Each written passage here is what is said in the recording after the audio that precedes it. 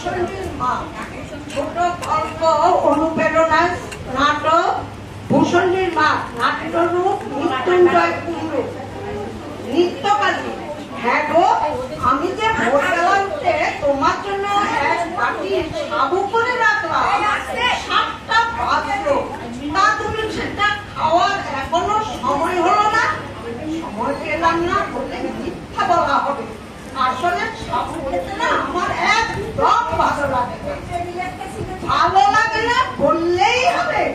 দিনে দিনে তুমি তোমার কেমন শুকিয়ে যাচ্ছ। সাবু খেলে গায়ে ভর্তি লাগে, শক্তি বাড়ে।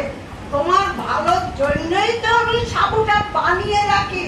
নাও নাও, এক চুমুকে শেষ করে দাও। দূর বাবু, এই সকালে সাবু টাবু খেতে আমার ভালো লাগে না। ঘরে অন্য কিছু থাকলে দাও। অন্য কিছু? অন্য কিছু তাহলে তুমি কি খেতে চাও বলো তো? তোমার ভাড়ারে যা আছে আমি তাই আমাকে করে খাওয়াবে। সাবু খেতে আমার একদম ভালো লাগে না। বড় তো জলপানি, এত বড় বড় খাবার খেতে তোমার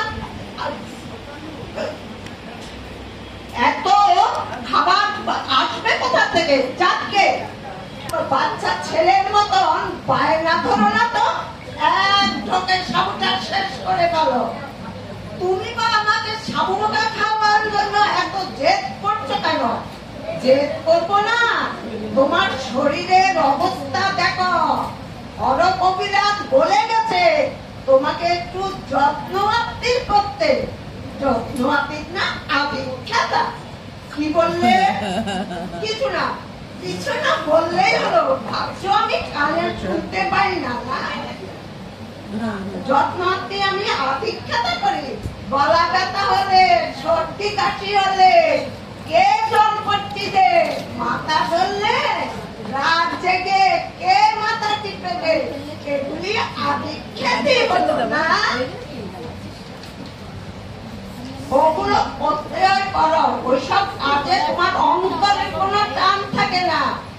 ও মা গো, মিনসা বলে কি আমার যন্ত্র আত্মীয় বলে অন্তরের পরশ থাকে না। এইবার বুঝেছি, মুখ্যদা মাসি যা বলে গেল সেটা গুজব নয়, সত্যি।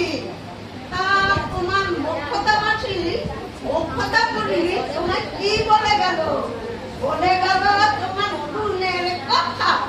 গুণের কথা? হ্যাঁ, তোমার চরিত্রের দোষ ধরেছে। আমার চরিত্রে দোষ ধরেছে?